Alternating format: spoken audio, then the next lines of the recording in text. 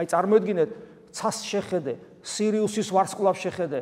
ესე იგი, ირმის ნახტო ხა თბილისი ირმის ნახტომი არ ჩანს, მაგრამ სადმე თუ გახვალთ ბუნებაში, ეს გადადღაბნილი ცაროა ვარ ჩვენი galaktikis ცენტრით, ეს საოცრება. ესე იგი, განსაცვიფრებელი და ჩვენ რას ვხედავთ? ვხედავთ სამყაროს ისეთ უმნიშვნელო ნაწილს, რომ არც კი შეიძლება ჩავთვალოთ, რომ რამეს ვხედავთ, ეს და წყნარი ოკეანის წილად გეხარ და რაღაცას რო ხედავ და იმის იქით რამ ხელა და როგორ ხედავ. კიდე უფრო შეუდარებლად ვერ ვხედავთ, მაგრამ რასაც ვხედავთ, წარმოიდგინეთ, რა სიდიადეს და აი ამ ყოველივეს შემოქმედი, გონება მიუწვდომლად დიადი, გონება მიუწვდომლად ძლიერი, ეს ვინ შექმნა? აი ესე მოვიდა, აი ესე წვერი ქონდა. ხელები ქონდა, ჩვენერი ფიზიოლოგია ქონდა. გესმით რას ნიშნავს ეს? ეხლა როგორ შევადარო და უცებ რო გითხრან, რომ იცი რა, აი ღორი რო დაინახო წუმპეში და შე რო გითხრან, რომ ეხლა ღორის სხეულში უნდა შეხვიდე და ღორი უნდა იყო ცოტა ხანი. ან სულ. როგორი საქმე? ეხლა მე ადამიანს და ღორს კი არ ვადრი, მაგრამ თუ ჩემსა და ღორს შორის ერთი საშინელი დისტანციაა, რომ გულიამერევა ეს ღორი ან მაიმუნი როგორ გავხდები? წარმოგიდგენია დისტანცია ღმერთსა და ქმნილებას შორის, უსასრულო ისეთი დისტანციაა, პრინციპში ადამიანსა და ცხოველს შორის უსასრულო დისტანცია. შენთვის და ჩემთვის გახდა ეს და მე რა მძნელია ჩასახვისთანავე დედის სიახში დევნა დაიწყო მისი. და მთელი ცხოვრება მისი დევნაა, მისი არავის არ ესმოდა მისი, ყველა შეურაცხყოფდა, სახარება ხო იცი, ხო კითხულობ. აი ეს მდგომარეობა აქვს უფალს. და ერთხელ აღმოხდა კიდევაც, როდემდე ვიყომე თქვენთან, როდემდე თავს ვიდებდე თქვენსას. წარმოიდგინე. და ღვთისაგან მიტოვებულობის განცდა რომ აქვს ჯვარზე ღმერთო ჩემო, რატომ დამტოვე? ეს ყველაფერი გააკეთე რისთვის?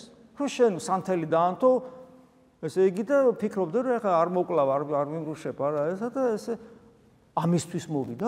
რა სიჭირდებოდა ღმერთის ადამიანად მოსვლა? რა სიჭირდებოდა ეს ამხილა რაღაცა გამაოგნებელი ტრაგედია, დრამა, ჭვარცმა, სიკვდილი, ფურთხება, ცემა და ეხლა ამაღლება და სულიწმინდის გარდამოსვლა. რა, მანამდე რელიგია არ არსებობდა თუ რა, ვერ გავიგე. წინასწარმოწყალები არ იყვნენ თუ რა.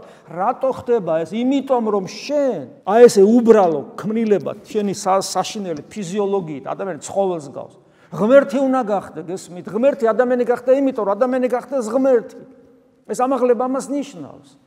და ადამიანი, რომელიც ამას უგულებელს ყოფს, კრეხელი არ არის? კრეხელია, იმიტომ რომ უგულებელს ყოფს ქრისტეს აემხელა ღვაწლს, რომელიც რომ გავიაზროთ, აი ეს დიდებული ღმერთი რა გახდა? და მე ისიც რაც გახდა, იმასაც ვეცით და ვაფურთხებთ, ცემე და მოვკალით. და დღემდე როგორ დასცინიან სამყაროში ქრისტეს, სამწუხაროდ საქართველოში და ეს რო გაიაზრო ბოლომდე, გული მოგიკვდება, ცრემლად დაიღურები და ამიტომაც წიტიროდნენ წმინდა მამები იესოს სახელს რო ახსენებდნენ, ცრემლად იღურებოდნენ ამიტომ. ეს ისეთი რაღაცა გააკეთა ღმერთმა ჩვენთვის და ამ დროს ჩვენ ვიყოთ პასიურები. ღმერთმან უკნას, როგორც ადამიანი ამ ყველაფერს გააცნობიერებს, შეუძლებელია რომ მან მოქმედება არ დაიწყოს და წერია და ქადაგებად სახელითა მისითა სინანული მოტევებად სოდვათა ყოველთა მიმართ წარმართა, ანუ მოქმედებაზე გადადის ადამიანი და იწყებს ქადაგებად. ეს ქადაგება შეიძლება სიტყვიერი სულაც არ იყოს, ცხოვრების წესით ქადაგებს, ნათელი ხდება ამასოფლისა, ახალ ქმნილებად იბადება ადამიანი.